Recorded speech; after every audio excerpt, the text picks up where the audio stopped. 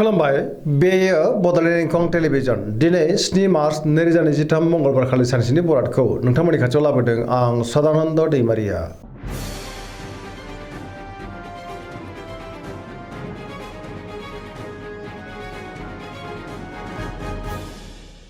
सिगां फरायनो लादों मेष राशि गिबि हांखो अ ल दिनैनि साना जोबोर मोजां गोदान खामानियाव दिनै आखाइ होजेननो हागोन आरो गोसोआ दिनै जोबोर खुसि जागोन गोथों आरो गोग्गो साननो रोंगोन गियाननि आंखाल जानाय नङा मावनो लानाय खामानिखौ थि समावनो आरो गोरलैयैनो मावफुंनोबो हागोन गुबुननि थाखाय गोबां मोजां खामानि मावनानै होनो हागोन देहायाबो मोजाङै थागोन बहानिफ्रायबा मोजां खौरां फैनोबो हागौ रांखावरियाव दिनै जोबोर मोजां गोबां धोन आरजिनोबो हागोन आयाबो बांनो हागौ बेफार फालांगियाव दिनै जोबोर मोजां मुलाम्फा मोनगोन सोरबा लोगोनिफ्राय थोजासे हेफाजाब मोननोबो हागौ न'खराव बिसि फिसायनि गेजेराव अननानै फैगोन बिमा बिफानि अननायफोरखौ मोननो हागौ गुबुनजों दिनै मोजां सोमोन्दो लाखिनो रोंगोन गोसोनि बोलोआ बांगोन समाजाव बयजोंबो मान होजागोन सेंग्रा सिख्लाफोरा जोबोर रमान्टिक जागोन आरो गावबा गावनि गोसोनि साननायखौ फोरमायलायनोबो हागोन पजिटिभ एनार्जिनि गोहोम गोग्लैनोबो हागौ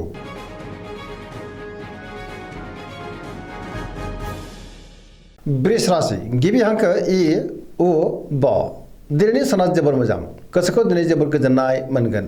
गोसोआव गोदान बोलो फैगोन आरो गोदान साननो रोंगोन जेरावबो जाफुंसारगोन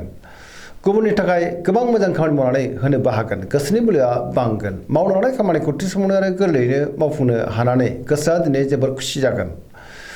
सोरबा लोगोनिफ्राय मोजां खौरां फैनोबो हागौ गोसोआव दिनै पजिटिभ साननाय फैगोन समाजाव बयजोंबो मान होजागोन रांखावरियाव मोजां बेफार फालांगियावबो दिनै जोबोर मोजां मुलाम्फा मोनगोन आयाबो बांनो हागौ न'खराव दिनै बिसि फिसायनि गेजेराव अननानै फैगोन बिदा फंबायजों दिनै मोजां सोमोन्दो थागोन देहायाबो मोजाङै थागोन गुबुननिफ्राय थोजासे हेफाजाब मोननो हागौ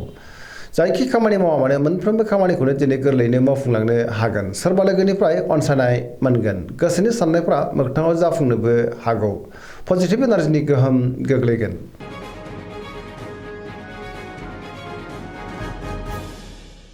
मिथुन राशि गिबि हांखो क स दिनैनि साना मोजां आरो गाज्रिनि गेजेरजों बाबेलांनो हागौ गोसोआव दिनै गुलाय गुजाय साननाय फैगोन नेगेटिभ एनार्जिनि गोहोम गोग्लैनो हागौ आरो नेगेटिभ साननायबो फैनो हागौ गुबुननि थाखाय नाङा फाङा जेंनायाव गोग्लैनानैबो हागौ गोसोखौ दिनै जोबोर दरसि मोनगोन मोनफ्रोमबो बिथिङावनो सांग्रां जानाया गाहाम गियाननि आंखाल जानोबो हागौ देहाया मोजाङै थागोन अब्लाबो नाथाय जानाय लोंनायाव सांग्रां जानांगोन रांखावरियाव बारा मोजां नङा नाङा फाङा खहा जानोबो हागौ बेफार फालांगियावबो बारा मोजां नङा होनजायो न'खराव दिनै अनलायनाय फैगोन गोसोनि बोलोआ दिनै लोरबां जानोबो हागौ मावनो लानाय खामानिखौ मावफुंनायाव माबा नङा माबा मोनसे हेंथा फैनोबो हागौ सोरबा लोगोनिफ्राय हरखाबै गाज्रि खौरांबो मोननो हागौ आरो सोरजोंबा रायखुमा जानोबो हागौ गुबुनजों दिनै मोजां सोमोन्दो लाखिनो गोब्राब जागोन नेगेटिभ एनार्जिनि गोहोम गोग्लैनो हागौ लाइमोनफोरा दिनै जोबोर रमान्टिक जागोन आरो गोसोनि साननायखौ फोरमायलायनोबो हागोन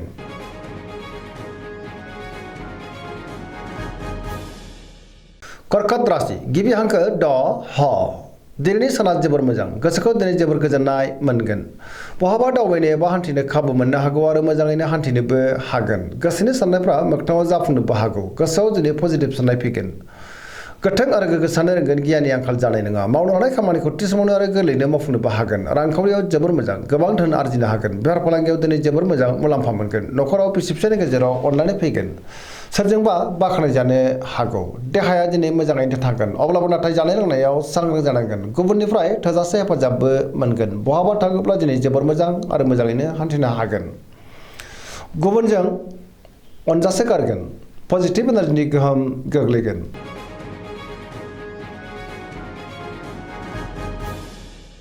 सिंह राशि गिबि हांखो म ट दिनैनि साना जोबोर मोजां मोनफ्रोमबो बिथिङावनो जाफुंसारगोन गुबुननि थाखाय गोबां मोजां खामानि मावनानै होनोबो हागोन पजिटिभ एनार्जिनि गोहोम गोग्लैनो हागौ मावनो लानाय खामानिखौ थि समावनो आरो गोरलैयैनो मावफुंनोबो हागोन सोरबा लोगोनिफ्राय थोजासे हेफाजाब मोनगोन आरो मोजां खौरांबो फैनो हागौ गोसोनि बोलोआ बांगोन बहाबा दावबायनो एबा हान्थिनो खाबु मोनगोन रांखावरियाव मोजां अब्लाबो नाथाय खरसायाबो बांनो हागौ बेफार फालांगियाव दिनै जोबोर मोजां मुलाम्फा मोनगोन न'खराव अनलायनाय फैगोन बिमा बिफानि अननायफोरखौ मोननो हागौ समाजावबो मान मोनगोन गुबुननि गोसोखौ गोरलैयैनो बोनोबो हागोन देहाया दिनै मोजाङैनो थागोन अब्लाबो नाथाय जानाय लोंनायाव सांग्रां जानाया गाहाम पजिटिभ एनार्जिनि गोहोम गोग्लैगोन लाइमोनफ्रा दिनै मोजां खौरां मोननो हागौ आरो गोसोआ दिनै जोबोर खुसि जागोन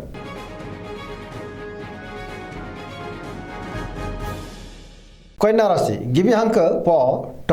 दिनैनि साना जोबोर मोजां पजिटिभ एनार्जिनि गोहोम गोग्लैगोन पजिटिभ साननो रोंगोन आरो गियाननि आंखाल जानाय नङा बयजोंबो मोजां सोमोन्दो लाखिनोबो रोंगोन गोसोआ दिनै जोबोर खुसि जागोन सोरजोंबा बाख्नाय जानो हागौ रांखावरियाव दिनै जोबोर मोजां अब्लाबो नाथाय खरसायाबो बांनो हागौ बेफार फालांगियाव दिनै जोबोर मोजां मुलाम्फा मोनगोन देहाया मोजाङै थागोन गोबां मुंदांखा सुबुंजों दिनै लोगो मोनज्लायनोबो हागौ न'खरावबो अननानै फैगोन गोबां खामानियाव दिनै मुखुबबो थागोन गोसोआ दिनै जोबोर खुसि जागोन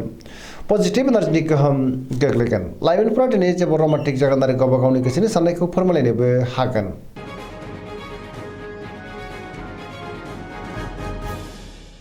तुला राशि गिबि हांखो र ट दिनैनि साना जोबोर मोजां बहाबा दावबायनो एबा हान्थिनो खाबु मोननो हागौ आरो मोजाङैनो हान्थिनोबो हागोन गुबुननि थाखाय गोबां मोजां खामानि मावनानै होनोबो हागोन बयजोंबो अनसायजागोन आरो अनजागोन गोसोनि बोलोआ बांगोन गोसोनि साननायफ्रा मोगथाङाव जाफुंनोबो हागौ मावनो लानाय खामानिखौ थि समावनो आरो गोरलैयैनो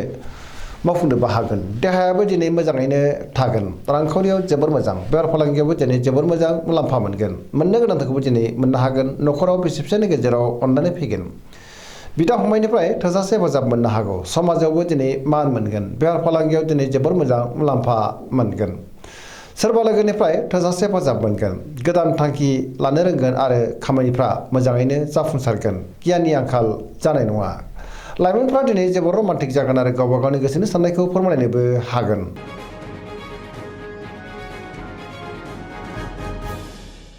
वृश्चिक राशि गिबि हांखो न स दिनैनि साना जोबोर मोजां गोसोखौ दिनै जोबोर गोजोननाय मोनगोन मोनफ्रोमबो खामानिखौनो दिनै गोरलैयैनो मावफुंनो हागोन गुबुननि गोसोखौ गोरलैयैनो बोनोबो हागोन पजिटिभ एनार्जिनि गोहोम गोग्लैगोन गोसोआव दिनै गोग्गो आरो गोथों साननाय फैगोन गियाननि आंखाल जानाय नङा समाजाव लोगो लेवा बांगोन मावनो लानाय खामानिखौ थि समावनो आरो गोरलैयैनो मावफुंनोबो हागोन सिगांनि बबेबा आद्रा खामानियाबो दिनै मावफुंजानो हागौ गुबुननिफ्राय थोजासे हेफाजाब मोनगोन गोसोनि साननायफ्रा मोगथाङाव जाफुंगोन गोसोनि बोलोआबो बांगोन समाजाव बयजोंबो मान होजागोन न'खराव अनलायनाय फैगोन रांखावरियाव मोजां अब्लाबो नाथाय खरसाया बांगोन बेफार फालांगियाव जोबोर मोजां मुलाम्फा मोनगोन गुबुननि थाखाय गोबां मोजां खामानि मावनानै होनोबो हागोन देहाया दिनै मोजाङैनो थागोन सोरजोंबा बाख्नाय जानो हागौ फरायसाफ्रा दिनै फरायनायाव गोसो दुंखांगोन आरो मोजां फिथाइ मोनगोन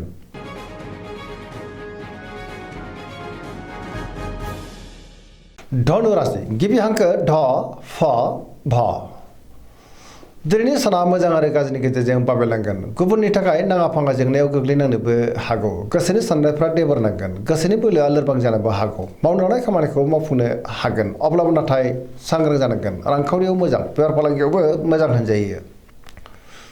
गुबुननि थाखाय मोजां खामानि मावनानै होनोबो हागोन देहाया मोजाङै थागोन न'खराव अनलायनाय फैगोन बहानिफ्रायबा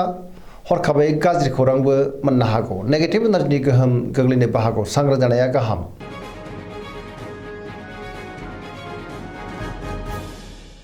मकर राशि गिबि हांखो ख ज दिनैनि साना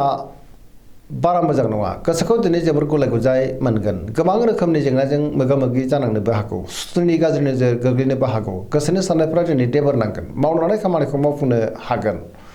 रांखावरियाव मोजां अब्लाबो नाथाय खरसायाबो बांनो हागौ बेफार फालांगियाव दिनै जोबोर मोजां मुलाम्फा मोनगोन गोबां मुंदांखा सुबुंजों दिनै लोगो मोनज्लायनोबो हागौ गुबुनजों मोजां सोमोन्दो लाखिनो गोब्राब जागोन गोदान खामानियाव आखाइ होजेननो हानाय नङा न'खराव अननानै फैगोन बिदा फंबायनिफ्राय थोजासे हेफाजाबबो मोननो हागौ सेंग्रा सिख्लाफ्रा दिनै जोबोर रमान्टिक जागोन आरो गोसोनि साननायखौ फोरमायलायनोबो हागोन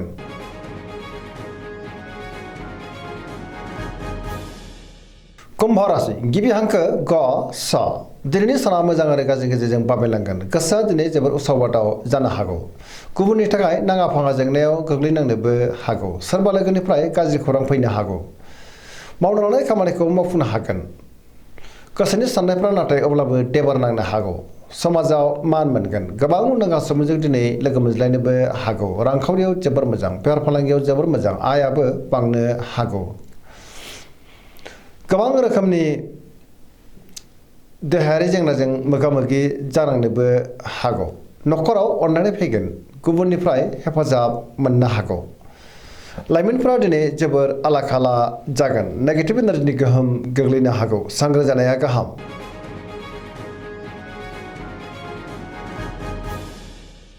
मीन राशि गिबि हांखो ड स दिनैनि साना मोजां आरो गाज्रिनि गेजेरजों बाबेलांगोन गुबुननि थाखाय नाङा फाङा जेंनायाव गोग्लैनांनोबो हागौ सांग्रां जानाया गाहाम। नेगेटिभ एनार्जिनि गोहोम गोग्लैनोबो हागौ। गोसोनि बोलोआ लोरबां जागोन। गावनि गोसोनि साननायखौ गुबुननो फोरमायनो गोब्राब जागोन। गुबुना गोरोन्थि बुजिनो हागौ। देहाया मोजाङै थागोन, अब्लाबो नाथाय जानाय लोंनायाव सांग्रां जानांगोन। रांखावरियाव मोजां, बेफार फालांगियावबो मोजां होनजायो। नखराव दिनै अनलायनाय फैगोन, सोरजोंबा नाथाय रायखोमा जानोबो हागौ। लाइमोनफोरनि गोसोआ दिनै जोबोद रमान्टिक जागोन आरो गावबा गावनि गोसोनि साननायखौ फोरमायलायनोबो हागोन। दिनैनि राशि फरायथिनाया एसेनोसै। जोबनायाव बेखौनो खावलायो जाहाथे नोंथांमोना सानफ्रामबो जोंनि बे बड'लेण्ड इंखं टेलिभिजनखौ नायबाय थायो आरो साबस्क्राइब खालामो, लोगोसे लाइक खालामो आरो शेयार खालामो। एसेनोसै, गोजोन्थों।